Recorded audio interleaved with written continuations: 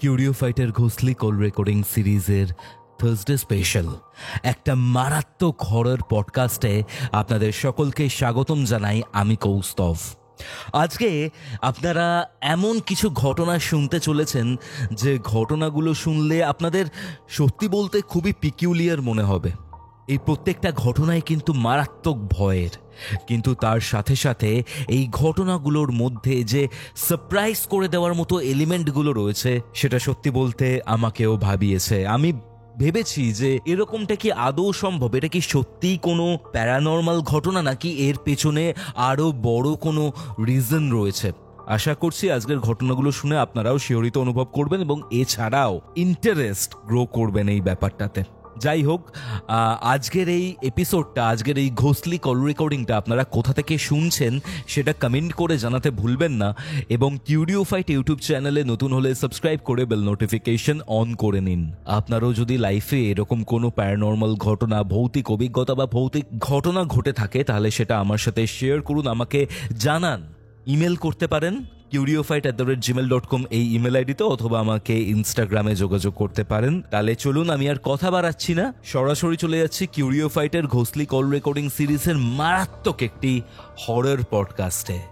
এবং হ্যাঁ, আপনার ঘটনা জানার জন্য কিন্তু অধীর আগ্রহে ওয়েট করে আছি। আমি কৌস্তভ। ঘড়িতে বেলা 3টে, বৃহস্পতিবার। আপনারা শুনছেন কিউরিও ফাইটের ঘোষলি কল রেকর্ডিং সিরিজের মারাত্মক একটি হরর পডকাস্ট। সাথে রয়েছে আমি কৌস্তভ, আপনাদের আজকের হরর ডোজ নিয়ে।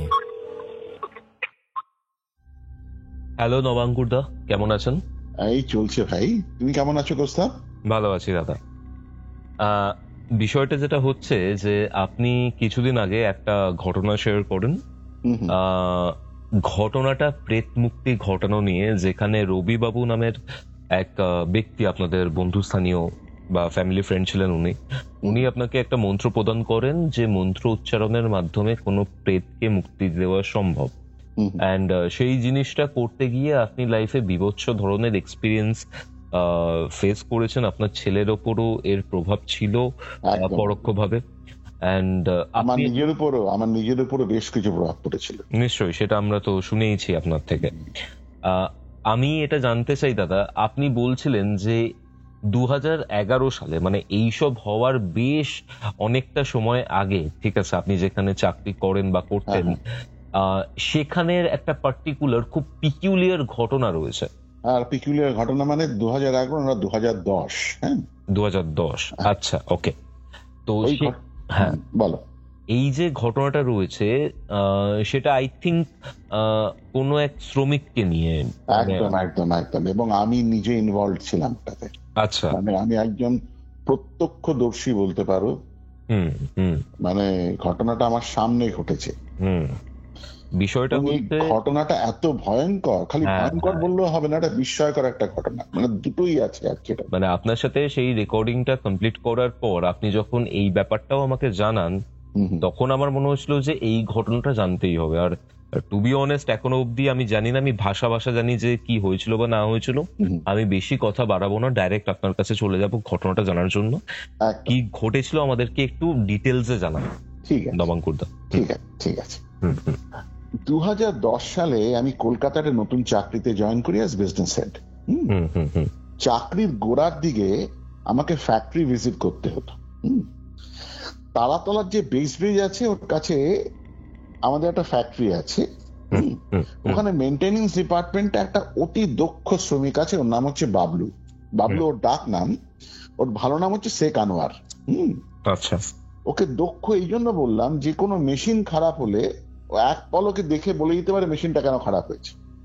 মানে একটা অদ্ভুত স্কিল ওর মধ্যে আছে। এছাড়াও ধরো একটা প্রোডাক্টে ম্যানুফ্যাকচারিং ডিফেক্ট হয়েছে, ঠিক আছে, সেটা যদি কোনো মেশিনের জন্য হয়ে থাকে, মেশিনের কিসের জন্য হয়েছে সেটা বলে দেওয়ার ক্ষমতাও রাখে। এরকম বহু প্রবলেমও সলভ করেছে, এবং আমাদের প্রত্যেকে ওকে খুব স্নেহ করে, এবং আমাদের ম্যানেজিং ডিরেক্টর পর্যন্ত খুব স্নেহ করে ওকে। একটা বিশ্বকর্মা পুজোর সময় যখন উনি আসেন, প্রথমে বাবলুর সঙ্গে দেখা করবেন। সেই বাবলু একদিন আসছেন, আমি আমার কামরায় বসে আছি, আমার মেইনটেনেন্স ম্যানেজার হন্তদন্ত হয়ে আমার কামরার ভেতরে এসে ঢুকলো। স্যার, একটা সাংঘাতিক ঘটনা ঘটেছে। কি হয়েছে? বলে স্যার বাবলুর একমাত্র বোন রোকসানা আত্মহত্যা করেছে। আচ্ছা। আমি একটু, আমার একটা ঝটকা লাগলো আর কি, আমার খুব খারাপ লাগলো শুনে। আমি ঠিক করলাম আমাদের যে দুজন লোককে, আমাদের অফিসের দুজন লোককে ওর বাড়িতে কিছু টাকা দিয়ে পাঠিয়ে দিলাম। ওরা 2 ঘন্টা পরে এসে বলল যে রোকসানা গলায় দড়ি দিয়ে আত্মহত্যা করেছে। রোকসানা পছন্দের লোকের সঙ্গে বিয়ে দেয়নি বলে, বাবলু ওর পছন্দের লোকের সঙ্গে বিয়ে দেয়নি বলে ও আত্মহত্যাটা করেছে আর কি। এবং পুলিশ এসে লাশটা আর কি মর্গে নিয়ে যাচ্ছে। আমি আমার শুনে সাংঘাতিক খারাপ লাগলো আর কি। মানে লোকটা মানে এত এমন ভাবে জড়িয়ে আমাদের ফ্যাক্টরির সাথে এত ভালো কাজ করেছে। তো যাই হোক, এর 5-6 দিন পরে বাবলু ফ্যাক্টরিতে জয়েন করলো। দেখলাম ওর একদম বিধ্বস্ত চেহারা, হ্যাঁ, মানে চোখ ঢুকে গেছে আর কি, মানে যা হয় একটা ঝড় বয়ে গেছে ওর। আমাকে দেখি হাউ হাউ করে কাঁদতে শুরু করলো। বললো স্যার, বোনটাকে আমি বুকে আগলে রেখেছিলাম, কষ্ট করে পড়াশোনা করেছিলাম, ভেবেছিলাম ভালো জায়গায় নিকা দেবো, দেখুন আমাদের কথা একবারও ভাবলো না, চলে গেল বলে আবার হাউ হাউ করে কান্না। আমি কোনো মতেই ওকে সান্ত্বনা দিতে পারছিলাম না। যাই হোক, ওকে কোনো মতে সান্ত্বনা দিয়ে কাজে পাঠালাম।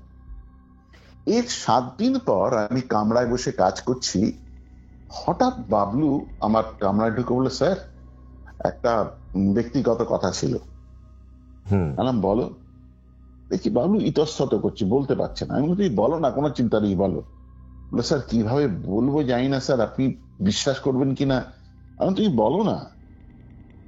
বলে স্যার, আমার বোন রোকসানা আছে, রোকসানা, ওর ভূত না রাত্রিবেলা আমাদের জ্বালিয়ে মারছে। আমি জ্বালিয়ে মারছে মানে? বললো স্যার, রাত্রিবেলা হলেই আমাদের বাড়ির চালে হেঁটে চলে বেড়াচ্ছে, দরজায় ইট মারছে, বাসন কোসন ফেলে দিচ্ছে, তারপর নাম ধরে, লোকেদের নাম ধরে ডাকছে, আর যদি খুব বাইরে রাত্রিবেলা বেরোয় তাকে আক্রমণ করছে। আমরা স্যার ওর ভয় অতিষ্ঠ হয়ে যাচ্ছি, কি করবো স্যার বুঝে উঠতে পারছি না। আমি সব শুনে বাবলু করলাম, দেখো বাবলু, এসব কিছু হয় না, কখনো ঘটে না, কোনো বদমাইশের কীর্তি এটা। তুমি যে ছেলেটার সাথে রোকসানার বিয়ে দিয়ে চাইছিলে, সেই হয়তো এই ঘটনাটা ঘটাচ্ছে। ওকে গিয়ে ধরো, দেখবে সবকিছু সলভ হয়ে গেছে। এসব নিয়ে একদম ভেবো না, এসব ভূত টুত কিছু না, এটা কোনো বদমাইশের কীর্তি বলে আমি বাবলুকে বাড়ি মানে কাজে পাঠিয়ে দিলাম আর কি। 10 দিন কেটে গেছে, বুঝলে। হঠাৎ আমার কাছে মেইনটেনেন্স ম্যানেজার এসে বলছে স্যার 5 দিন হলো বাবলু কাজে আসছে না। কি ব্যাপার? ওকে যোগাযোগ করো। বলে স্যার মোবাইলে চেষ্টা করছি, মোবাইলে সুইচ অফ। আমি তাহলে বাড়িতে লোক পাঠাও, গিয়ে দেখো কি হয়েছে। যেদিনই কথাটা বলি সেই দিনই বাবলুর বাড়ি থেকে ফোন আসে যে বাবলু নাকি সাংঘাতিক অসুস্থ। আমি বললাম, আমি মেইনটেনেন্স ম্যানেজার বলি তুমি যাও, তুমি গিয়ে একবার দেখে এসো যে কি হয়েছে ওর। ও 2-2.5 ঘন্টা পরে ফিরে আসে, দেখি ওর মুখ গম্ভীর। বললাম কি হয়েছে বাবলুর? বলে স্যার ওর সাংঘাতিক অসুস্থ, ওর খুব জ্বর, কিন্তু একটা অদ্ভুত ব্যাপার ঘটছে স্যার। বললাম কি ঘটছে? বলে স্যার বাবলু এত জ্বর কিন্তু ওষুধ খেতে চাইছে না, কোনো খাবার খেতে চাইছে না, কারোর সঙ্গে কথা পর্যন্ত বলছে না, ঘুম হয়ে বসে আছে, আর কেউ কোনো কথা বললে বা ওষুধ খাওয়াতে চাইলে ওকে আক্রমণ করছে। সে কি? বলে হ্যাঁ স্যার, মানে আমিও গেছিলাম, আমিও দেখে এসেছি, সে অদ্ভুত ব্যাপার।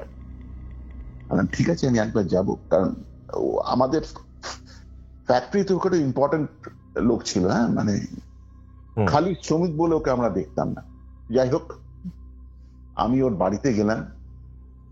ওর বাড়িটা একটু বুঝিয়ে দিই, আমার সাথে মেইনটেনেন্স ম্যানেজার অবশ্য ছিল। ওর বাড়িটা হচ্ছে তোমার মহেশতলায়, বজবজের কাছে মহেশতলা আছে, সেখানে একটা গলির ভেতর ঢুকে, একটু ঢুকে হাতের বাঁদিকে বাড়ি।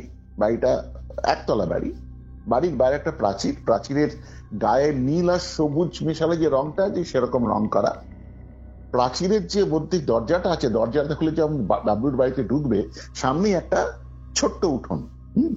উঠোনটা ভেজা, ডান দিকে একটা কল, আর খুব অপরিষ্কার, এঁটো কাটা পড়ে আছে। আমি বাঁদিকে দেখলাম একটা ঘর, ঘরটা তালা বন্ধ করা। ডান দিকে আরো 2টো ঘর, একটা বাথরুম, আরেকটা ঘরে তালা মারা, আর দরজার উল্টো দিকে একটা বড় ঘর, তার পাশে রান্নাঘর। এই বড় ঘরটার সামনে দেখলাম মেঝের মধ্যে একটা বছর 27-এর মহিলা বসে ফুপিয়ে ফুপিয়ে কাঁদছে, আর 3 জন মহিলা ওকে সান্ত্বনা দিচ্ছে। মহিলাকে দেখে মনে হলো হয়তো বাবলুর স্ত্রী। এবং দরজার বাইরে 3 জন দাঁড়িয়ে আছে, মধ্যবয়স্ক লোক, বয়স 35 থেকে 45-এর মধ্যে, গেঞ্জি আর লুঙ্গি পরে। আমার মেনটেন্যান্স ম্যানেজার ওদের সঙ্গে আমার আলাপ করিয়ে দিল বাবলুর দাদা বলে, শেষদা, বড়দা, মেজদা আর কি। তো শেষদা এগিয়ে এলো আমার সাথে কথা বলতে, বললো স্যার বাবলুর তো খুব শরীর খারাপ, 3 দিন ধরে সাংঘাতিক জ্বর ছিল, তারপরে হঠাৎ একদম অজ্ঞান হয়ে গেল। অজ্ঞান হয়ে যাবার পর থেকে স্যার, জ্ঞান হবার পর থেকে ও কারুর সাথে কথা বলছে না, ওষুধ খাচ্ছে না, খাবার খাচ্ছে না, আমরা কথা বলতে এলি আমাদের আক্রমণ করছে। ব্যাপারটা দেখতে হবে। আমি আস্তে আস্তে বাবলুর ঘরে গিয়ে ঢুকলাম। বাবলুর ঘরটা এবার বলি, ঢুকেই দেখলাম হাতের বাদিকে একটা তক্তপোষ, তক্তপোষের পাশে জানলা, জানলার উপরে ওই মক্কা মদিনার ছবি হয় না, সেটা গ্লাসের ফ্রেম দিয়ে বাঁধানো। বিছানার উপরে যে বেড কাভারটা রাখা যায় সেটা বেশ নোংরা। দেখলাম জানলার দিকে মুখ করে, জানলা বলছি দেওয়ালের দিকে মুখ করে বাবলু বসে আছে তক্তপোষের একদম কোণে। ওর গায়ে একটা নোংরা পাজামা, একটা গেঞ্জি। বাবলুর শরীর আরো ভেঙে গেছে, চুলটা উস্কো খুস্কো, আমি ওর মুখটা দেখতে পাচ্ছি না। ও পাটা ভাঁজ করে খাটের উপর বসেছে আর 2 হাত দিয়ে পাটাকে জড়িয়ে ধরেছে, হ্যাঁ, দুটো পাকে, এবং সামনে আর পেছনে দোল খাচ্ছে। আমি ডাকলাম বাবলু, কোনো সাড়া নেই, দোল খেতেই থাকলো। আবার আরেকবার ডাকলাম বাবলু, কোনো সাড়া নেই। এবার আমি কি করলাম, খাটের উপরে গিয়ে বসে ওর কাঁধে হাত রাখলাম। যে মুহূর্তে ওর কাঁধে হাত রেখেছি, মুখটা দুম করে ঘুরিয়ে আমাকে বললো, বাবলু অফিসে যাবে না, যাবে না ফ্যাক্টরি, আর কোনোদিন যাবে না, আপনি যান এখান থেকে।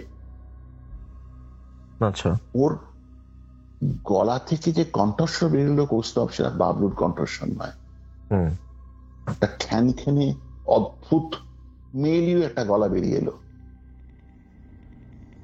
আমি তাও আই ওয়াজ নট পারটার্বড, আমি এই পেলাম না, আমি বললাম আরেকবার দেখি কথা বাবলুর সাথে।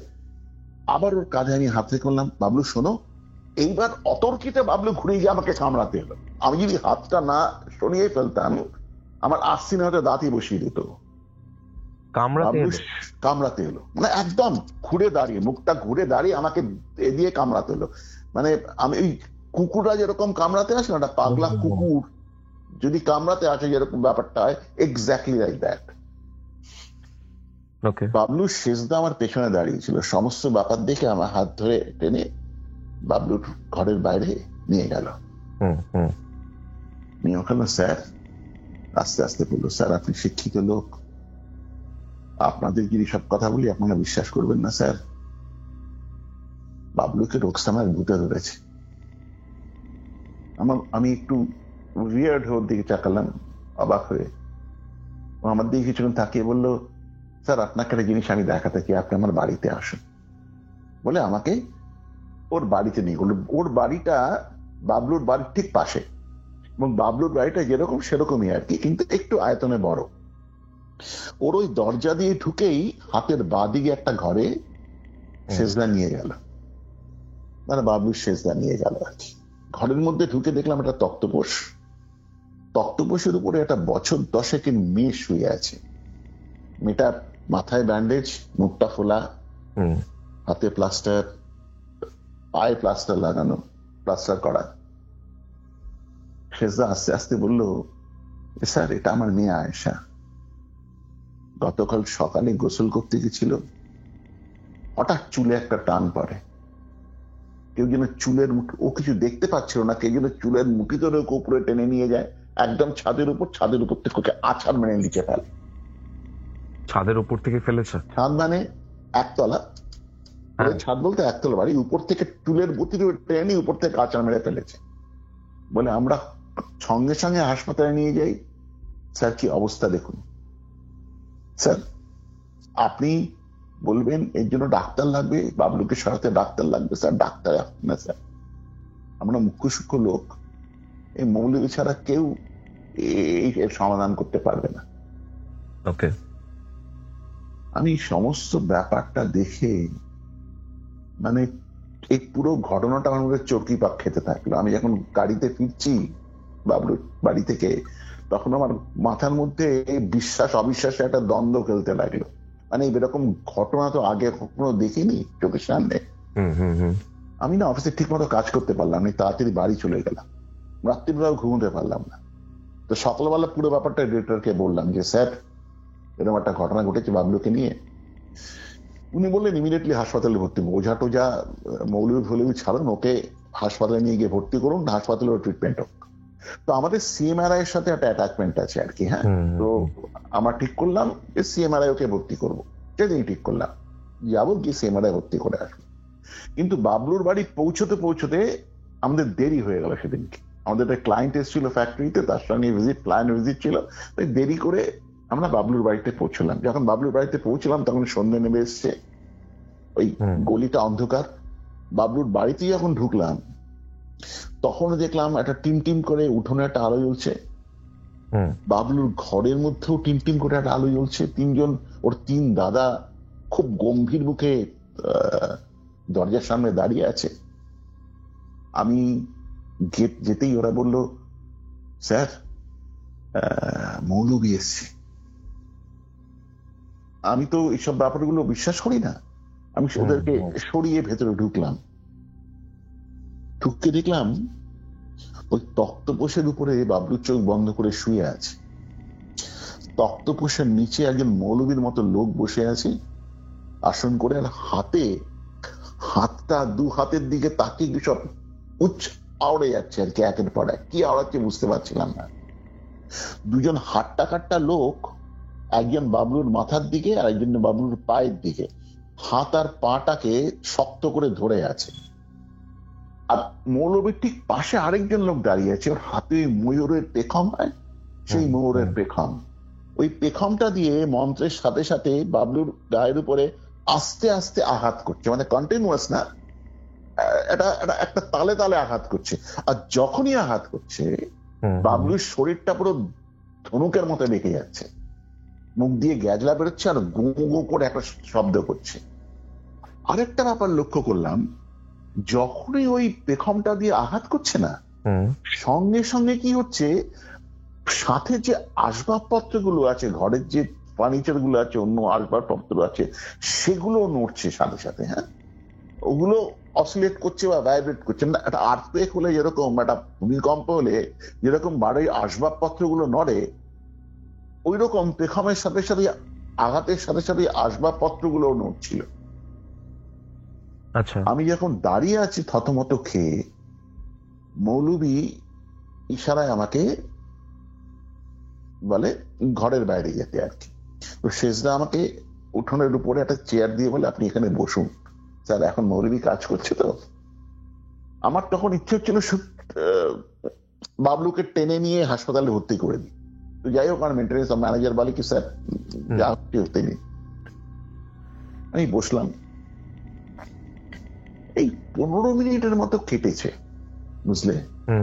হঠাৎ শুনি বাবলুদের ছাদটা হচ্ছে অ্যাসবেস্টারের ছাদ। হ্যাঁ, বাড়িটাও ছাদ, পাকা ছাদ না, অ্যাসবেস্টার দিয়ে ছাদ বানানো।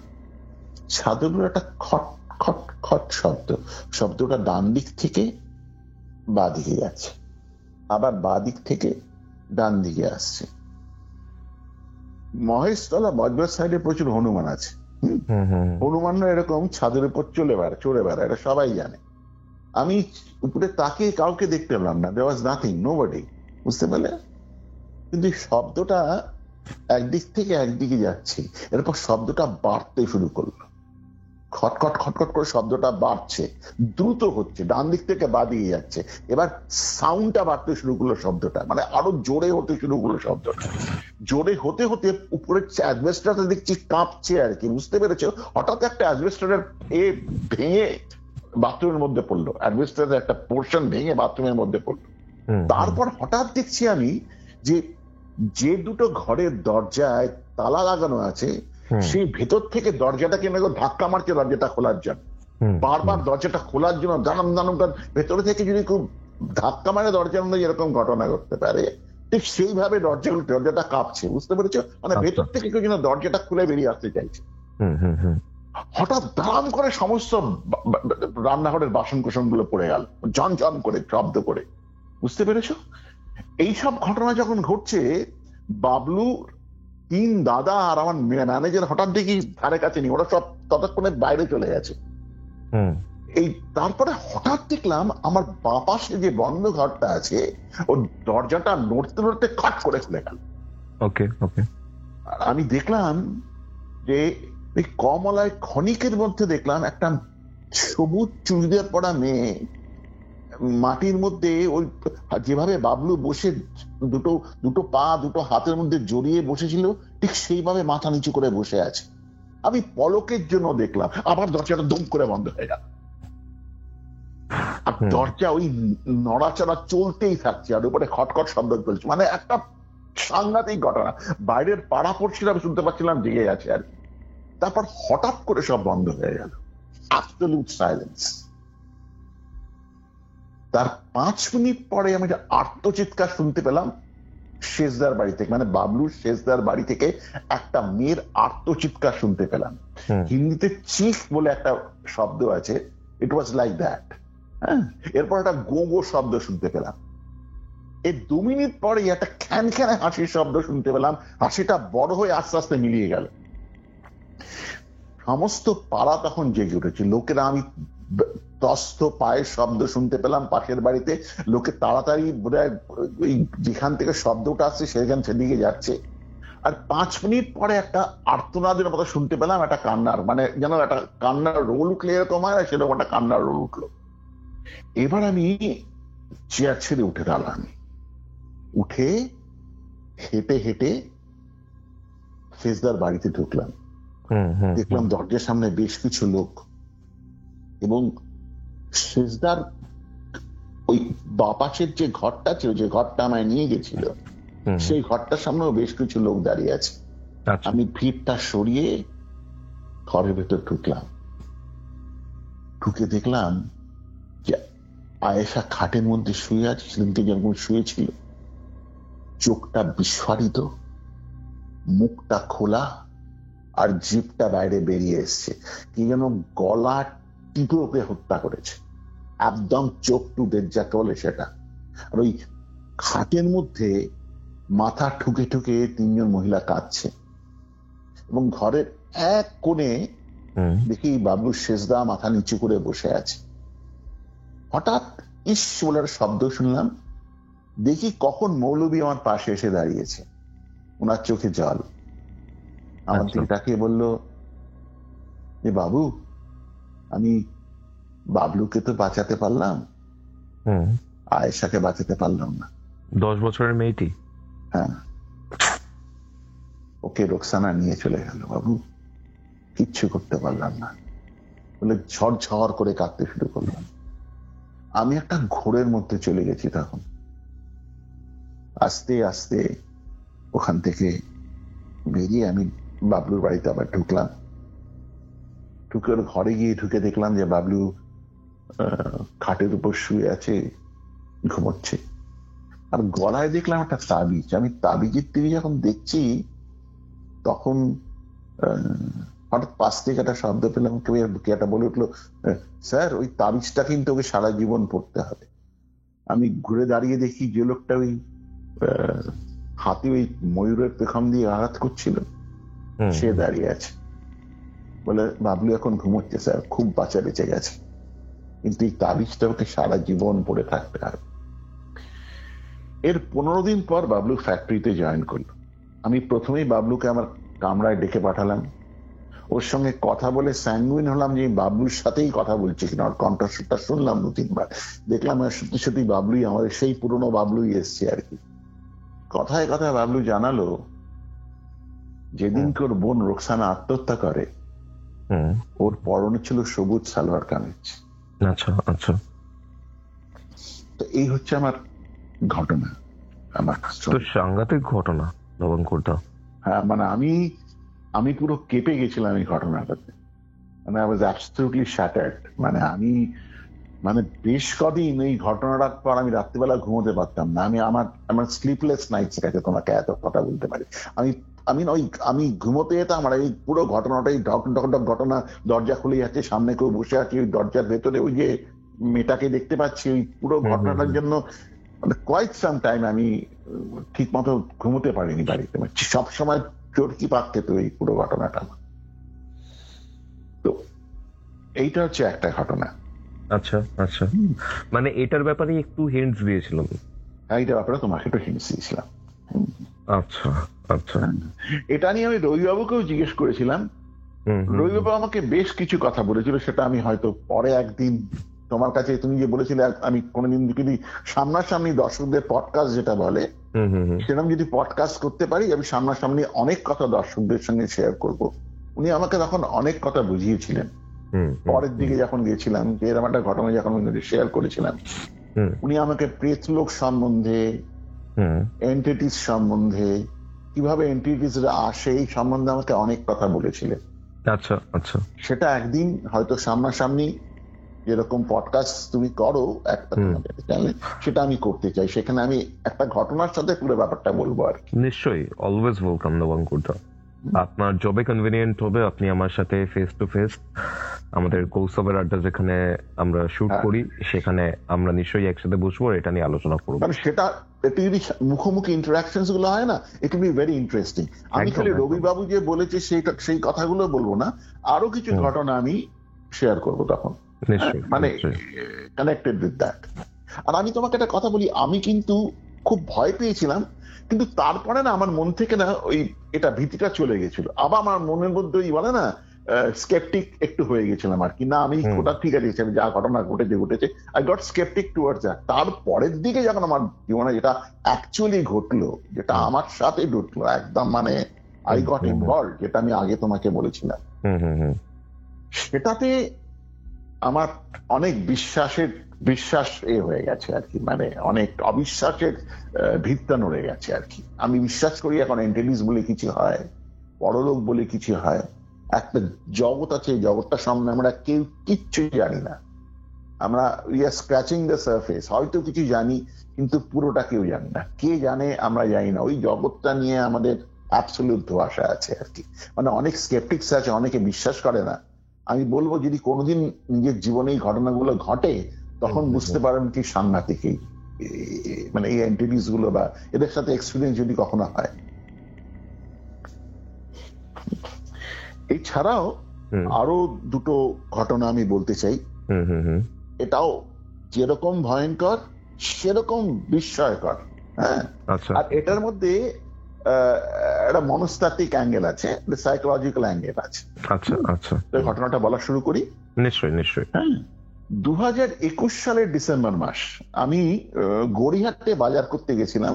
হঠাৎ আমার স্কুলের বন্ধু শিলাইত্যের সঙ্গে দেখা, পুরোনো বন্ধুর সঙ্গে দেখা হলো, যেরকম হয় দুজনকে জড়িয়ে ধরলাম আবেগে। কথায় কথায় জানতে পারলাম শিলাইত্য হচ্ছে সাইকিয়াট্রিস্ট, বালিগঞ্জের চেম্বার, এবং ভালোই প্রচার করেছে।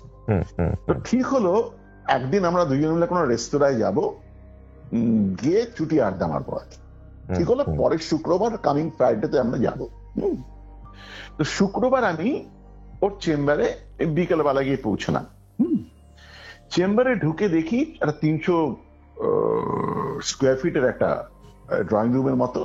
ওর ডান দিকে রিসেপশনিস্ট বসে আছে, রিসেপশনের পেছনে একটা দরজা, এই বুঝতে পারলাম ওটাই শিলাইত্য চেম্বার। আর সামনে কিছু সোফা ছড়ানো আছে যেখানে রুগীরা বসে আছে। তো আমি রিসেপশনিস্টকে গিয়ে বললাম আমি শিলাইত্যের বন্ধু। তো রিসেপশনিস্ট ভেতরে গিয়ে ওই ফোনে শিলাইত্যকে ডাকতেই শিলাইত্য চেম্বার থেকে বেরিয়ে এসে আমাকে বললো, তুই একটু বস, আমার দুজন রুগী আছে, রুগী দেখে আমরা বেরোবো। তা আমি সোফায় বেশ আরাম করে বসলাম, বসে একটু চারিদিকে নজর দিলাম কারা কারা আছে। দেখলাম একটা সোফায় একটা 27 বছরের ছেলে, মনে হয় 26-27 বছরের ছেলে বসে আছে, মাথায় ব্যান্ডেজ বাঁধা, মাথাটাকে এলিয়ে দিয়ে, সোফা এলিয়ে দিয়ে চোখ বন্ধ করে বসে আছে। আচ্ছা আচ্ছা, আর তার কিছু দূরে আরো দুজন বসে আছে, একজন মধ্যবয়স্ক লোক, বয়স 45-এর মতো হবে, উনার সাথে আরেকজন বসে আছে, এক বৃদ্ধ, বয়স 70-72 হবে, খুব রোগা, একটা ওয়াকিং স্টিক ওনার হাতে, দু হাতের ওয়াকিং স্টিক ধরে, মাথাটা ওয়াকিং স্টিকের উপর রেখে নিচে দিকে তাকিয়ে বসে আছেন, নিচের দিকে মাথাটা করে বসে আছেন আর কি। এবং উনাকে দেখে আমার মনে হলো বেশ অসুস্থ, এবং দুজনের মুখাবয়বের সিমিলারিটি দেখে মনে হলো হয়তো পিতা পুত্র হতে পারে। কিন্তু আমার মনে হলো এই বৃদ্ধ ভদ্রলোকে হয়তো রুগী, খুব সম্ভবত। তো প্রথমে শিলাইত তো এই মাথায় ব্যান্ডেজ করা যে ছেলেটি আছে তাকে ডেকে নিল। সে 20-25 মিনিট চেম্বারের ভেতরে ছিল, তারপর চেম্বার থেকে বেরিয়ে চলে এলো। এরপরে শিলাইত তো এই দুজনকে ডাকলো। ওই মধ্যবয়স্ক লোকটি, ওই বৃদ্ধ লোকটিকে দেখলাম, বৃদ্ধ লোকটি ঠিক মতো হাঁটতেও পারছে না, ওকে ধরে ধরে নিয়ে চেম্বারের ভেতর নিয়ে গেল। মিনিট 5-7 চেম্বারের ভেতর ছিল, তারপর চেম্বারের ভেতর থেকে উনি একা বেরিয়ে গেলেন, মধ্যবয়স্ক ভদ্রলোক। মিনিট 15 ওই বৃদ্ধ আর শিলাইত তো ভেতরে আছে, কি হচ্ছে তো জানি না, হঠাৎ দাম করে একটা শব্দ পেলাম, আর শিলাইত একটা আত্মচিৎকার শুনতে পেলাম। সঙ্গে সঙ্গে রিসেপশনিস্টের ফোনটা বেজে উঠলো। রিসেপশনিস্ট ওই মধ্যবয়স্ক লোকটিকে বললো, আপনি এক্ষুনি চেম্বারে, আপনি এক্ষুনি কেবিনের ভেতর যান। ও কেবিনের ভেতর ঢুকলো, আর ঢোকার পরে আমি পাপা পাপা বলে একটা আত্মচিৎকার শুনতে পেলাম কেবিনের ভেতর থেকে। বুঝতে পারলাম এই মধ্যবয়স্ক ভদ্রলোকের গলা শুনতে পেলাম। তার কিছুক্ষণ পরেই স্ট্রেচার হাতে দুটো লোক ভেতরে ঢুকলো। ঢুকে মিনিট 7 পরে দেখলাম স্ট্রেচার নিয়ে বেরিয়ে আসছে।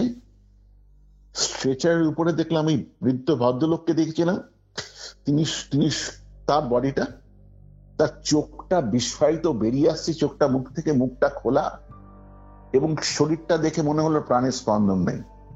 এবং সাথে সাথে এই মধ্যবয়স্ক লোকটি বেরিয়ে আসছে, ঝরঝর করে কাঁদছে, অজর দ্বারায় কাঁদছে, চোখ দিয়ে জল বেরোচ্ছে, বেরিয়ে আসছে আর কি।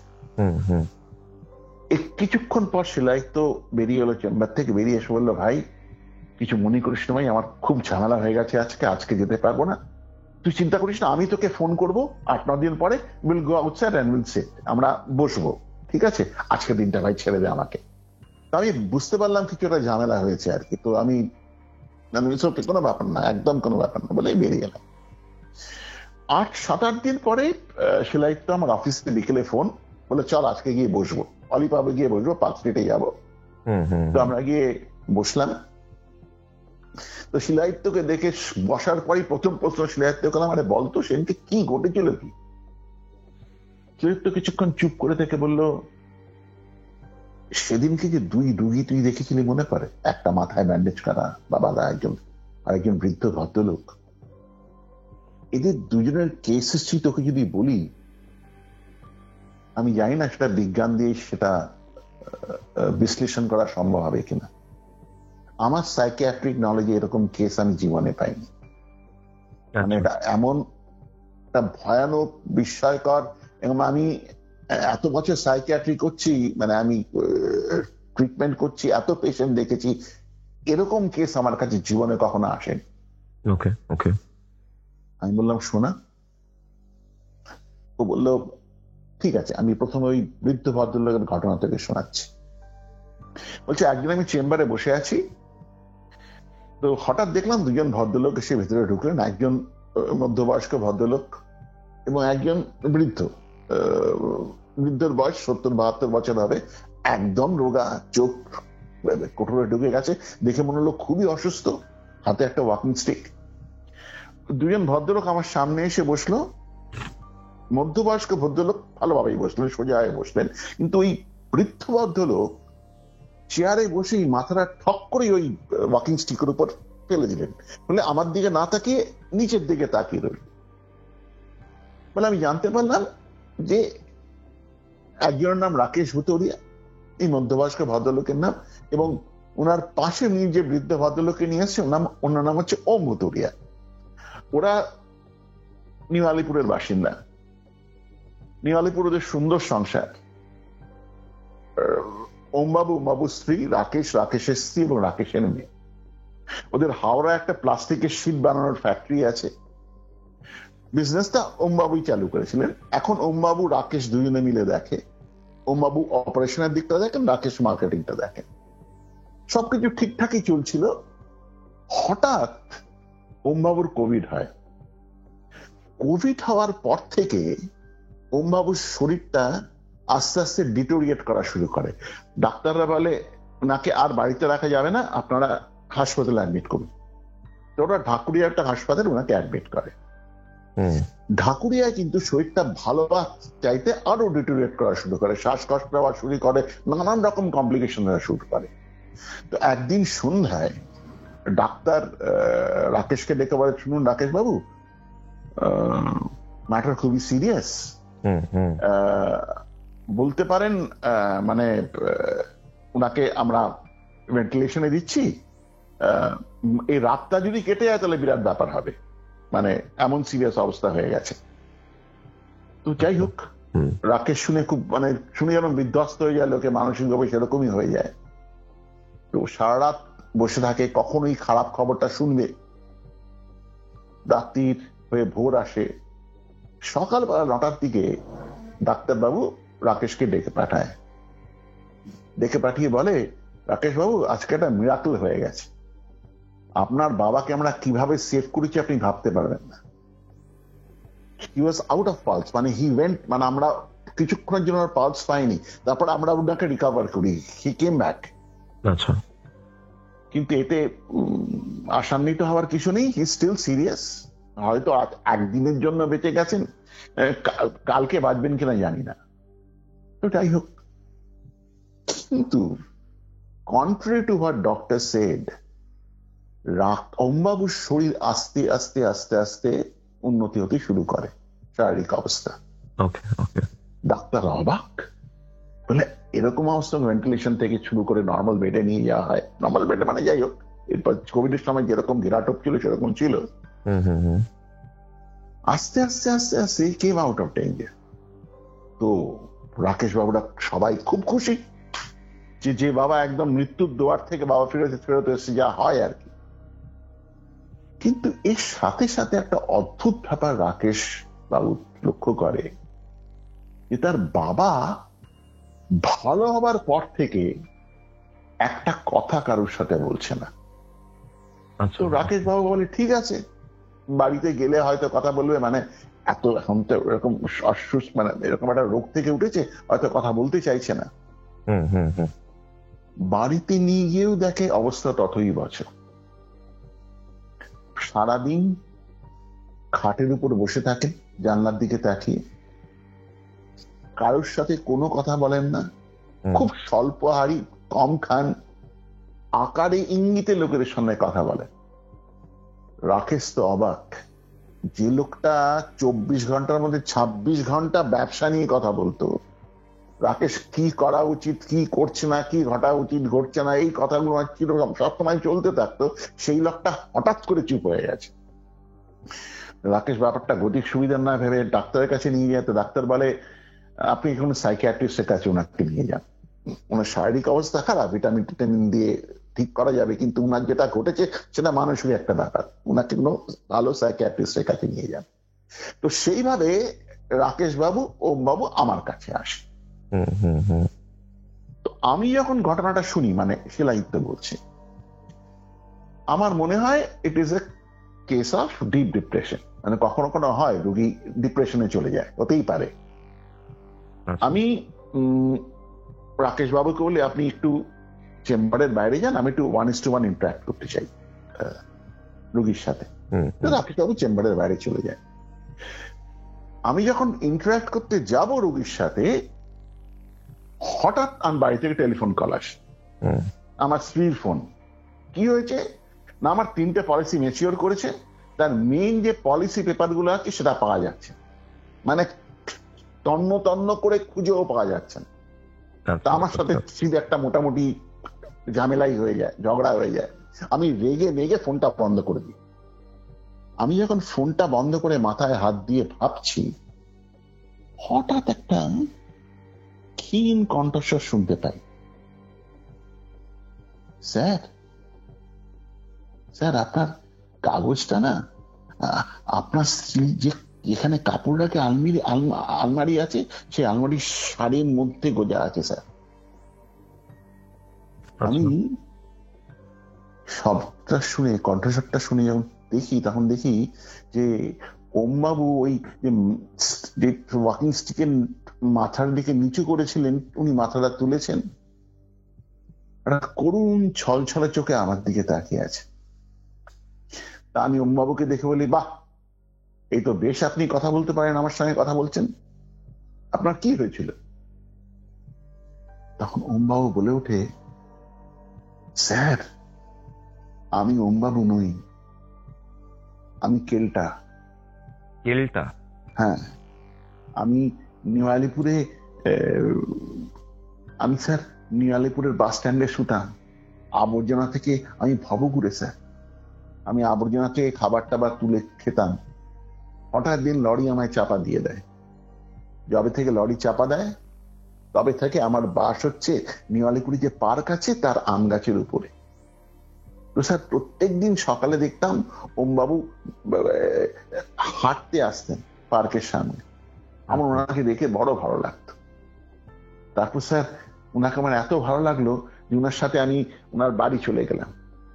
বাড়িতে গিয়ে দেখি স্যার কি সুখের সংসার, স্ত্রী নাতনি ছেলে পুলে কি ভালো আছে স্যার। আমার বড় ভালো লাগলো পরিবারটায়। তো বাড়িটাতে আমি থেকে গেলাম। হঠাৎ একদিন ওমবাবুর সাংঘাতিক শরীর খারাপ হলো।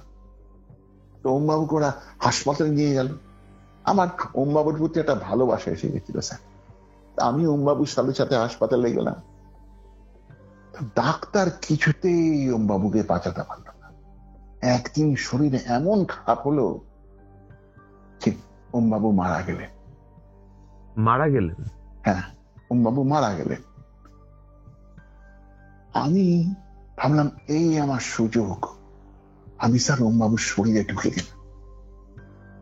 আমার বড় লোভ ছিল স্যার যে ওদের যে পরিবারে যে এত সুখ আছে, আমি তো সারাদিন সারা জীবন এত কষ্ট পেয়েছি, এত কষ্টের মধ্যে দেখেছি, একটু সুখের যদি মুখ দেখতে পাই।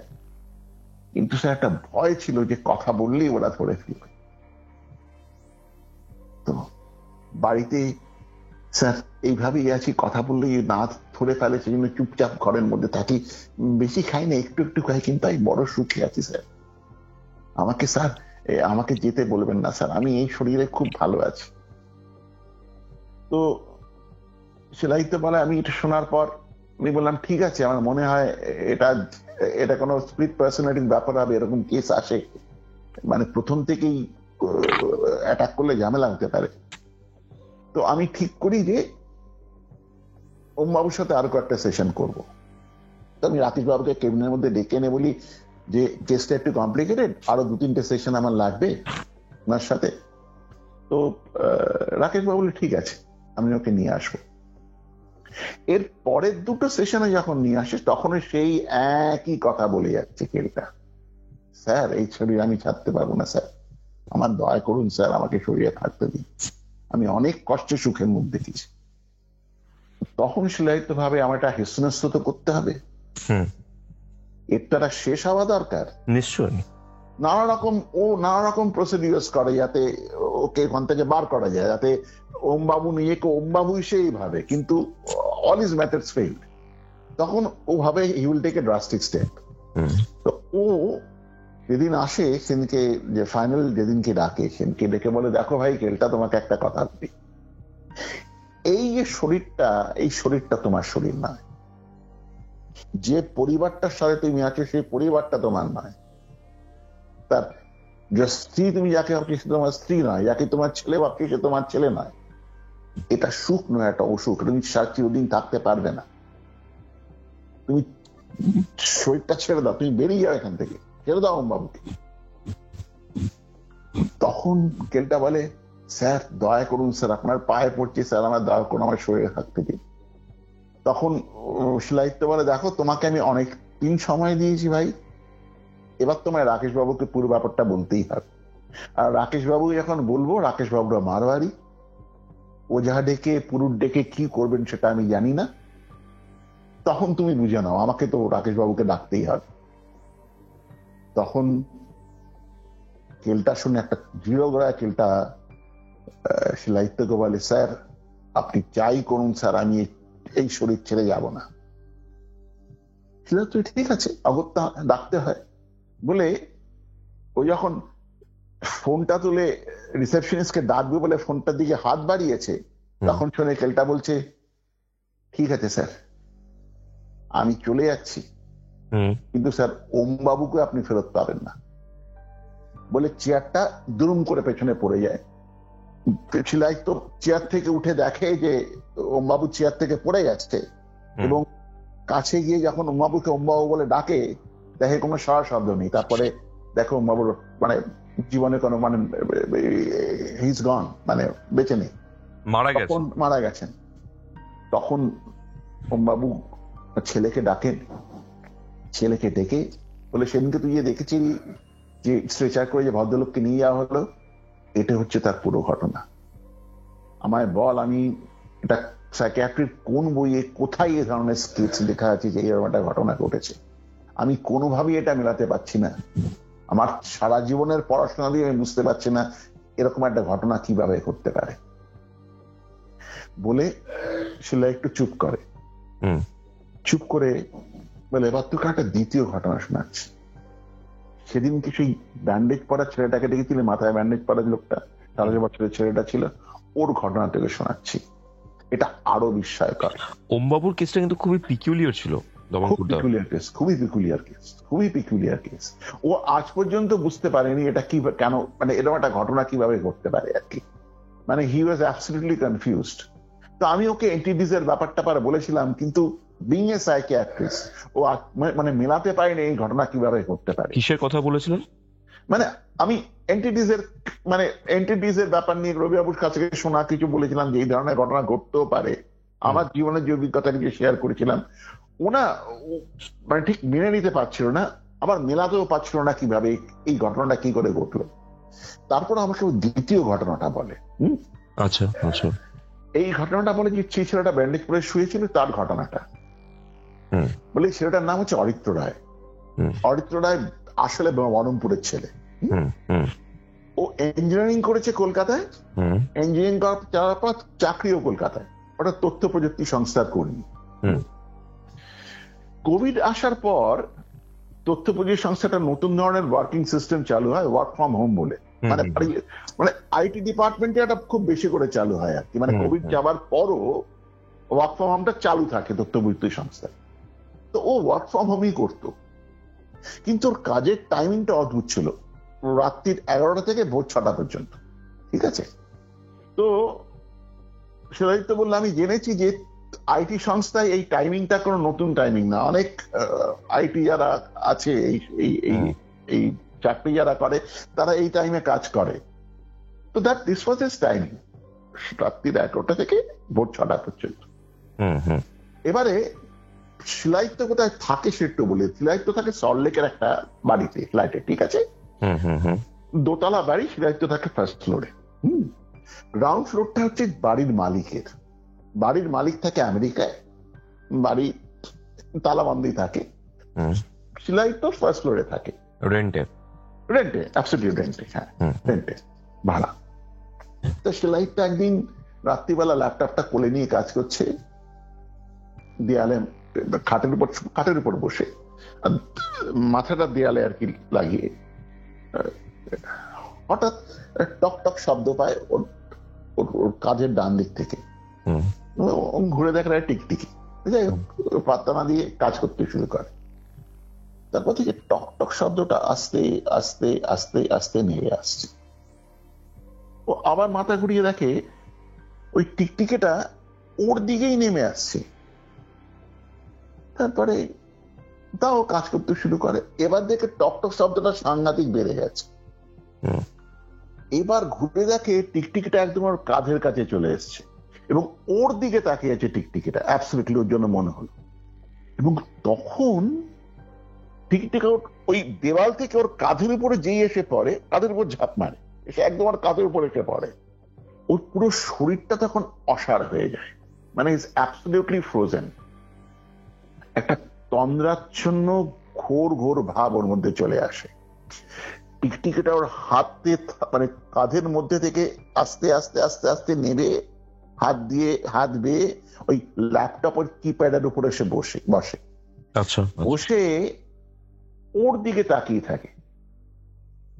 অরিত্র লক্ষ্য করে যে টিকটিকির চোখ দুটো ওর দেহের তুলনায় একটু বড়, এবং ওর মনে হয় টিকটিকিটা যেন ওর দিকে তাকিয়ে তাকিয়ে হাসছে। এরকম কিছুক্ষণ চলার পরেই হঠাৎ ওর মনে হয় মাথার মধ্যে কে কথা বলছে, মাথার মধ্যে কথা বল, মাথার মধ্যে যেন কেউ কথা বলছে ওকে। স্যার, স্যার আপনি কি ভয় পেলেন? আপনি কি ভয় পেয়েছেন? ভয় পাবেন না স্যার, ভয় পাওয়ার কিছু নেই। মানে অনেকদিন ইচ্ছে ছিল আপনার সঙ্গে একটু আলাপ করার, মানে কিভাবে আলাপ করব বুঝে উঠতে পারছিলাম না। মানে আপনি কিভাবে নেবেন, আপনি যদি ভয় পেয়ে যান তাহলে কি হবে। কিন্তু আজকে আর থাকতে পারলাম না স্যার, আমি চলে এলাম আপনার সঙ্গে আলাপ করতে। স্যার আমার বড় কষ্টের জীবন স্যার, আমি আপনার মতো মানুষ ছিলাম। আমার নাম পঞ্চানন প্রামাণিক। আমার গন্ডোল পাড়ায় আমার বাড়ি ছিল স্যার। আমার 2 মেয়ে ছিল, স্ত্রী ছিল। আমি গন্ডোল পাড়ায় একটা কারখানায় চাকরি করতাম। আমাদের ডাল ভাত খেয়ে মোটামুটি চলছিল। একদিন হঠাৎ করে ফ্যাক্টরি বন্ধ হয়ে গেল। আমরা একদিন সকালবেলা ফ্যাক্টরিতে গিয়ে দেখি ফ্যাক্টরির গেটে তালা ঝোলানো, আর কি যেন কাগজ লাগিয়ে দিয়েছে। কাগজে লেখা আছে অনির্দিষ্টকালের জন্য ফ্যাক্টরি বন্ধ। আমাদের সবার মাথায় হাত। আমরা বললাম কবে ফ্যাক্টরি খুলবে? শুনলাম নাকি ফ্যাক্টরির বিক্রি বাট্টা সব বন্ধ হয়ে গেছে বলে ফ্যাক্টরি বন্ধ করে দিয়েছে। আচ্ছা। আবার এও শুনতে পেলাম যে ফ্যাক্টরির যিনি মালিক তিনি নাকি ব্যাংকের কাছ থেকে অনেক টাকা নিয়েছেন, শোধ করতে পারছিলেন না বলে ফ্যাক্টরি বন্ধ করে দিয়েছে। স্যার প্রত্যেক দিন ফ্যাক্টরিতে যেতাম, ফ্যাক্টরি থিয়েটার খোলে না, ফ্যাক্টরি বন্ধ। জমা টাকায় স্যার টান পড়তে শুরু করলো। একদিন টাকা যখন ফুরলো, মহাজনের কাছে ধার করলাম। মহাজনের ধারও চুকোতে পারছিলাম না, তো মহাজন একদিন চাড়াও বলে টাকা দাও, তো টাকা দিতে পারছিলাম না। এক রাতে মহাজন আমার বাড়িতে একলা এলো, এসে বললো স্যার তোমার সমস্ত টাকা আমি মিটিয়ে দেবো, তোমার সমস্ত ধানে মিটিয়ে তোমার 1 পয়সা শোধ করতে হবে না, তোমার 2 মেয়েকে আমায় দিয়ে দাও। স্যার যেদিন ওই কথাটা বললো আমি সেদিনকে গলায় দড়ি দিয়ে আত্মহত্যা করলাম স্যার, আমরা সবাই। তারপরে যখন চোখ খুললো দেখলাম স্যার দেওয়ালে আটকে আছে। আমার 2 পা, 4টে পা, একটা লেজ। বুঝতে পারলাম স্যার আমার কি হয়েছে। স্যার আমি না, আর যে লোক আছে, আর যে যারা আছে তাদের সঙ্গে মিশতে পারতাম না স্যার। আমি তো মানুষ, আমি কি করে ওদের সঙ্গে মিশবো। হঠাৎ আপনাকে দেখলাম স্যার, আমার বড় ইচ্ছে হতো প্রত্যেকদিন আপনার সঙ্গে দেখা করি, আপনার সঙ্গে কথা বলি, আপনার সাথে আলাপ করি, কিন্তু ভয়েস আলাপ করতে পারতাম না। কি ভাববেন আপনি স্যার, আমি মাঝে মধ্যে এসে স্যার আপনার সঙ্গে একটু 2 কথা বলে চলে যাব, আপনি কিন্তু ভয় পাবেন না স্যার বলে ওই ল্যাপটপ থেকে দৌড়ে কোথায় চলে গেল। ও যখন চলে গেল তখন অরিত্র সম্মিত ফিরে এলো। অরিত্র বললো কি ঘটলো ব্যাপারটা, আমি কি স্বপ্ন দেখলাম নাকি আমার দুঃস্বপ্নে, what really happened in front of me. মানে মানে তখন আবার ল্যাপটপটা বন্ধ করে চারিদিকে ঘুরে দেখে, না কোনো টিকটিক টিকটিক কিচ্ছু নেই, দেয়াল একদম ফাঁকা, কেউ কোথাও নেই। ও ভাবলো হয়তো ঘুমের ঘুরে কোনো দুঃস্বপ্ন দেখেছে, কোনো সেরকমের কিছু ঘটনা ঘটেছে। এরকম ঘটনা ঘটতে পারে যে টিকটিকি কথা বলে, টিকটিকি কমিউনিকেট করছে, এটা তো অসম্ভব। যাই হোক এরকম 3-4 দিন গেল, অরিত্র ঘটনাটা ভুলেই গেছিল। আরেক দিন রাত্রির বেলা আবার সেই টকটক শব্দ, আবার সেই গাটা অসাড় হয়ে আসছে, আবার সেই ঘোর ঘোর ভাব, আবার সেই টিকটিকিটা ল্যাপটপের ওই কিপ্যাডে এসে বলছে যে স্যার আপনার কাছে একটা ছোট্ট অনুরোধ আছে। আপনি দেখেছি প্রত্যেকদিন দুপুরবেলা বাইরে থেকে আপনার টিফিন আসে, ওখানে স্যার দেখেছি আপনি মাছ খান, আমার জন্য কিছু মাছ আপনি আপনার বেসিনে, ওয়াশ বেসিনে রেখে দেবেন স্যার। আমি অনেকদিন মাছ খাই না স্যার, আমার জন্য একটু কয়েকটা টুকরো রাখলেই হবে, আমি অনেকদিন মাছ খাই না স্যার, এটা আপনার কাছে আমার অনুরোধ। আবার টিকটিকিটা চলে গেল। এবার অরিত্র বলল আরে এটা তো something wrong is happening with me, something drastically wrong is happening with me, এটা কি হচ্ছে সেটা বোঝা দরকার। তখন ওর মাথায় এলো যে টিকটিকিটা বলেছিল না মাছটা রাখতে হয় বেসিনের উপর, ওরা ঠিক আছে মাছ দিয়ে একটা এক্সপেরিমেন্ট করা যায়। ও মাছের কিছু টুকরো বেসিনের উপর রেখে দিল, একদিন দুপুরে রেখে দিয়ে হলো দেখি কি হয়। দুপুর বেলা বিয়ে রাত্রি হলো, গিয়ে দেখলো কেউ মাছটা খেয়েছে কিনা। দেখে মাছটা কেউ খায়নি, মাছটা যেরকম ছিল সেরকমই রাখ। ও যখন মাছটা তুলে নিয়ে ডাস্টবিনে ফেলে বললো, এগুলো সব আমার ঘুমের ঘোর, আমার দুঃস্বপ্ন দেখছি, আমি ঘুমের ঘোরে কোনো দুঃস্বপ্ন দেখছি, এটাই হয়ে থাকবে, আর কোনো কিছু হয়নি। যাই হোক, সেদিন রাত্রে আবারও কাজ করছে, আবার সেই টকটক শব্দ, আবার টিকটিকিটা কাঁধ থেকে নেমে কিপ্যাডের উপর বসে অরিত্রকে বলছে, বাবু আপনি এত বাজে মাছ খান আমি জানতাম না। আরে মাছটা তো একদম পচা ছিল, ওই জন্য ওরা কড়া করে ভেজে দিয়েছে। এই মাছ খাবেন না, এই মাছ খেলে একদিন হাসপাতালে ভর্তি হতে হবে। আর আপনার তো বয়স হলো, এবার বিয়ে থাকুন, বাড়ির বউ এসে আপনার বাড়িতে রান্না করুক, আপনার তাহলে বাইরের রান্না আর খাবেন না বলে আবার উঠাও। এইবার অরিত্র ঠিক করলো যে এটা ঘটনাটা কাউকে বলতে হবে, এটা হেসনস্ত হওয়া দরকার। কিন্তু যাকেই এই ঘটনাটা বলবে কেউ তো বিশ্বাস করবে না। ওর একটা খুব কাছের বন্ধু ছিল সন্দীপ বলে, একদম স্কুল থেকে ওর বন্ধুত্ব। ও সন্দীপকে সব কথা বলবে, তো সন্দীপকে পুরো ঘটনাটা বললো। সন্দীপ বললো, ধর তোর কোনো শখ থেকে হোক, কিছু থেকে হোক, তুই একটা দুঃস্বপ্ন রেগুলারলি দেখছিস, সেই জন্য হচ্ছে। তখন অরিত্র সন্দীপ বলল, ভাই সন্দীপ, তোর কাছে আমার রিকোয়েস্ট আছে, তুই 7 দিন আমার বাড়িতে আমার সাথে থাক, দেখ মানে কিছু হয় কিনা। তো ঠিক আছে, সন্দীপ 7 দিন ওর সাথে থাকলো। টিকটিকিটাও হলো না, কেউ সামনে এলো না, কোনো টিকটিকি এলো না, কোনো ঘটনা ঘটলো না। সন্দীপ তখন অরিত্রকে বলে, দেখ আমি তোকে বলেছিলাম না যে তুই দুঃস্বপ্ন দেখছিস। সন্দীপ একটু চিন্তিত হয়ে পড়লো যে অরিত্রর ব্যাপারটা অরিত্রর সামনে বললো না। সন্দীপের মনে হোক একটা সাইকিয়াট্রিস্টের কাছে নিয়ে যাওয়া দরকার। তো তখন সন্দীপ অরিত্রকে শিলাইত্যর কাছে নিয়ে আসে। শিলাইত্য সব শুনে শিলাইত্যর মনে হয় ফর সাম রিজন অরিত্র হয়তো হ্যালুসিনেট করছে, অডিটরি হ্যালুসিনেশন হচ্ছে ওর।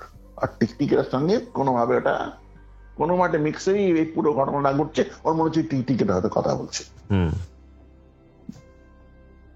তাও ও অরিত্রকে বললো, আপনি আমার কাছে আরেকদিন আসুন। বললো ওর সাথে একটা ইন্টারাকশন করলে ভালো হয়, সব কথা শুনলো, কিছু ওষুধ লিখে দিল। এর পরের দিন যখন অরিত্র শিলাইত্যর কাছে এলো, এসে বললো, ডাক্তারবাবু ওই টিকটিকি এর আগে হয়তো 4 সপ্তাহে একবার আসতো, এখন সপ্তাহে প্রত্যেক দিন আসে। প্রত্যেক দিন 7 দিনের মধ্যে একদিন তো আসবেই, এসে আমাকে ডিস্টার্ব করবে, আর এখন রেগুলার করছে। তখন অরিত্র ভাবলো একটা কাজ করা যাক। শিলাইত্য ভাবলো একটা কিছু কাজ করে। শিলাইত্য তখন অরিত্রকে একটা সাজেশন দিল, দেখো আপনি কিছুদিনের জন্য বহরমপুরে আপনার বাড়ি আছে, বহরমপুরে চলে যান, বহরমপুরে কিছুদিন থেকে আসুন, তারপরে I will start my next treatment যা দরকার। আপনি বহরমপুরে থেকে এসে আমাকে বলুন আপনি কেমন আছেন। অরিত্রের ব্যাপারটা ভালো লাগলো, ঠিক আছে আমি রাখবো, আমি টিকিট কেটে বহরমপুরে কদিনের জন্য থেকে আসবো। এরপর প্রায় 25 দিনের মতো অরিত্র আর এই শিলাইত্যর কাছে কোনো অ্যাপয়েন্টমেন্ট নেয়নি। আচ্ছা আচ্ছা। 25 দিন পর একদিন সন্দীপ শিলাইত্যকে অরিত্র চেম্বারে নিয়ে আসে। শিলাইত্যর মাথায় ব্যান্ডেজ, তো অরিত্রর মাথায়, আমি শিলাইত্য মাথায় ব্যান্ডেজ বলছি, অরিত্রর মাথায় ব্যান্ডেজ। তো শিলাইত্য সন্দীপ বলে, কি হয়েছে অরিত্র, হয়েছেটা কি? সন্দীপ বলে, সাংঘাতিক একটা ঘটনা ঘটেছে। বলে এক রাতে অরিত্র সেদিনকে ছুটি ছিল, ও ঘুমোচ্ছিল, গভীর রাতে হঠাৎ শুনে নিচের ফ্ল্যাটটা থেকে ঠক ঠক ঠক ঠক সাউন্ড আসছে, কে যেন মানে কেন ফার্নিচার টার্নিচার ছড়াচ্ছে।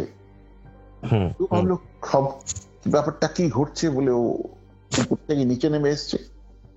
নিচে নেমে এসে দেখে যে নিচে সল্টলেকের বাড়িগুলো হয় না, মানে ছোট ছোট দেওয়াল থাকে, খুব বড় দেওয়াল থাকে না, ও দেখতে পাচ্ছে যে ফুটপাতের কাছে 2টো বাইক দাঁড় করানো।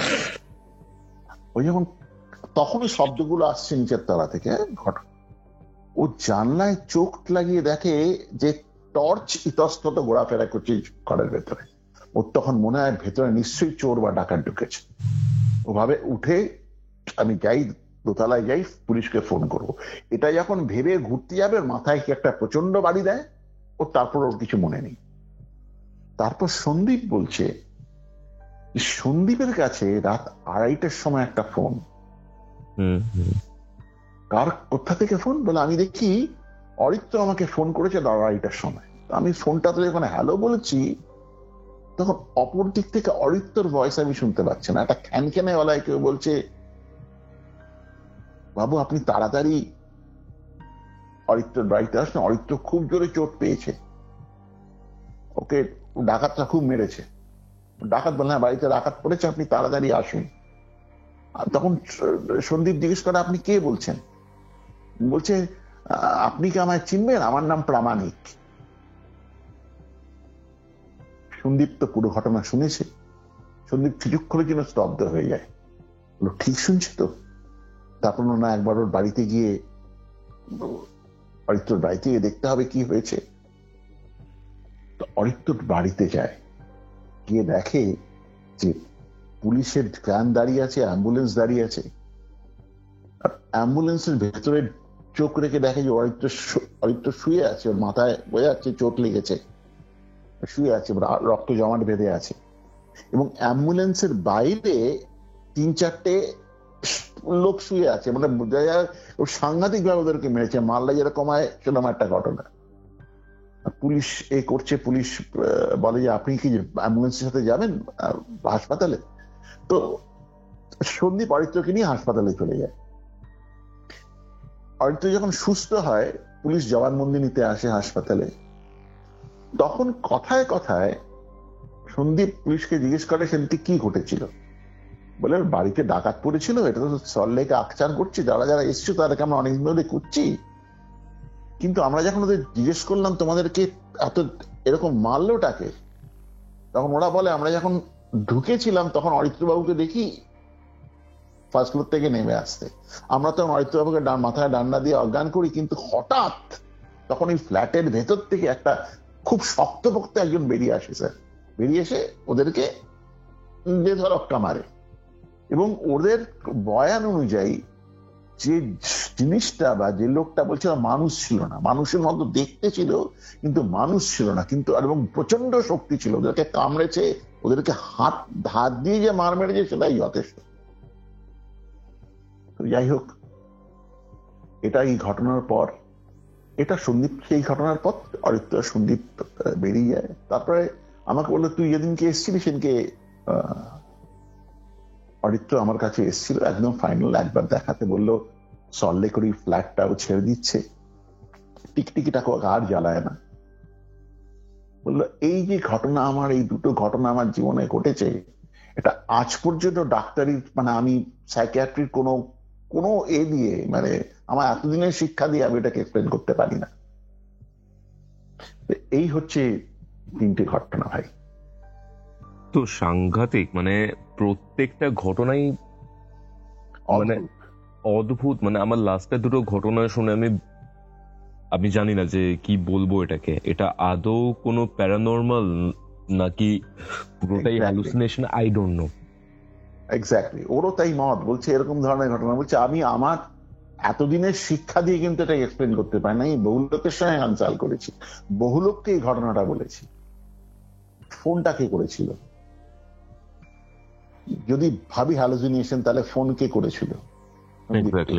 এক্স্যাক্টলি। যদি ভাবি ওম বাবুরটাও একটা ডুয়াল পার্সোনালিটির জন্য, তাই যদি হয়ে থাকে তাহলে হ্যাঁ, এখন একটা ঘটনা ছিল, সেটা হচ্ছে ওই যে কাগজটা হারিয়ে গেছিল না, যেটা খুঁজে পাচ্ছিল না, সেটা ও যে কেলটা যেখানে বলেছিল শাড়ির ভাজের মধ্যে কাগজটা আছে, সেখানেই কিন্তু কাগজটা পাওয়া গেছিল, ওর মধ্যেই কাগজটা ছিল। আচ্ছা আচ্ছা। তাহলে ওমবাবু যদি ডুয়েল পার্সোনালিটি বা স্প্লিট পার্সোনালিটি হয়ে থাকে, তাহলে ও জানলো কি করে যে প্রথমত ওর স্ত্রীর একটা আলাদা ওয়ার্ড্রোব আছে, ওর একটা আলাদা ওয়ার্ড্রোব আছে, স্ত্রীর ওয়ার্ড্রোবের মধ্যে স্ত্রীর শাড়ির মধ্যে ওই কাগজটা গোজা আছে, ইন্স্যুরেন্স পলিসির যে মেইন যে কাগজ সেগুলো গোজা আছে, সেটাও জানলো কিভাবে? বলে এই প্রশ্নের উত্তর আমি আজ পর্যন্ত পাইনি। আরেকটা কথাও বলেছিল সুলাইত আমাকে, যে ওমবাবুর গলায় যে লোকটা কথা বলছিল না, কেলটা, একটা মারওয়াড়ি যখন বাঙালি বলে তখন ওর মধ্যে একটা অবাঙালি টান থাকে, তুমি দেখবে। ও কিন্তু স্পষ্ট পরিষ্কার বাংলায় ওর সঙ্গে কথা বলেছে। এটা কি করে সম্ভব? এটা যদি সম্ভব হয় তাহলে ও জানলো কি করে যে ওই শাড়ির মধ্যে লাইফ পলিসির কাগজগুলো রাখা আছে? বলে এইসবের উত্তর আমার কাছে নেই। কারা ওই দিন ডাকাতগুলোকে মেরেছিল যে মানুষের মতো নয় দেখতে? এই উত্তর আমার কাছে নেই। ওরা বলেছে, যারা ডাকাতগুলো এসছে তারা বলেছে ওকে দেখতে মানুষের মতো নয়, মানুষ হলেও মানুষের মতো নয়। কে ছিল ওটা? সন্দীপকে ফোন করেছিল কে? এই যে প্রামাণিক বলল। এই ঘটনার এইসব ওয়াইজের কোনো উত্তর নেই, কোনো ব্যাখ্যা আমার কাছে নেই। সেই জন্য এই ঘটনাগুলো আমার কাছে অত্যন্ত বিস্ময়কর। আমিও শুনে কোনো এক্সপ্লেনেশন পেলাম না, লাস্টের দুটো বিশেষ করে। ঘটনাগুলো খুবই ইন্টারেস্টিং ছিল, বাট কি বলবো, অদ্ভুত এবং বিস্ময়কর। যার সঙ্গে ঘটে সেই হয়তো বুঝতে পারে যে এটা কি ঘটেছে। ওকে আমি অনেক কথা বলেছিলাম, তারপরে সেটা একদিন বললাম যে একদিন হয়তো যদি সামনাসামনি পডকাস্ট হয় আমি এই ব্যাপারে আরো কিছু বলবো। এই ব্যাপারে আমি যা জানি, আমি যা শুনেছি রবিবাবুর কাছ থেকে সেই নিয়ে আমি বলবো। রবিবাবু তেমন ছিলেন না, কিন্তু রবিবাবুর কাছ থেকে আমি অনেক কিছু জেনেছি রিগার্ডিং এন্টিটিস, পরলোক, এই সম্বন্ধে উনি অনেক কথা বলেছেন, যেগুলো কম বিস্ময়কর নয়, যেগুলো সম্বন্ধে আমাদের জ্ঞান খুব কম। সেটা একদিন শোনানো আমার খুব ইচ্ছে রইল। নিশ্চয়ই হবে দাদা। থ্যাংক ইউ দাদা আজকের এই ঘটনাগুলো শোনানোর জন্য। আশা করছি খুব তাড়াতাড়ি আবার কথা হবে তোমার সাথে। একদম একেবারে। এটাই ছিল আজকের ঘটনা। আজকের ঘটনাটা সত্যি বলতে আপনাদের কেমন লাগলো একটু কমেন্ট করে জানান তো। ভালো লাগলে অবশ্যই লাইক এবং শেয়ার করবেন, এবং কিউরিওফাইট ইউটিউব চ্যানেলে নতুন হলে সাবস্ক্রাইব করে বেল নোটিফিকেশন অন করে নেবেন। তাহলে চলুন, দেখা হচ্ছে রবিবার দিন দুপুর 3টের সময় এরকমই একটা মারাত্মক হরর পডকাস্ট নিয়ে। এবং আমার দ্বিতীয় চ্যানেল কৌস্তভ কুমারের হরর পডকাস্টগুলো আপনাদের কেমন লাগছে কমেন্ট করে জানাবেন। সেখানে আমি রিসেন্ট যে পডকাস্টটা আপলোড হয়েছে দেবদীপদার সাথে, সেটার লিঙ্ক দিয়ে রাখছি ডেসক্রিপশন বক্স এবং কমেন্ট সেকশনের পিন্ড কমেন্টে। তাহলে চলুন, দেখা হচ্ছে রবিবার দিন দুপুর 3টের সময়। ততক্ষণ অবধি কিউরিওফাইটের আরও দুটো এরকমই ভয়ঙ্কর এপিসোড শুনতে আপনার মোবাইল স্ক্রিনে আসা ডান দিকের অথবা বাদিকের বক্সে ক্লিক করুন।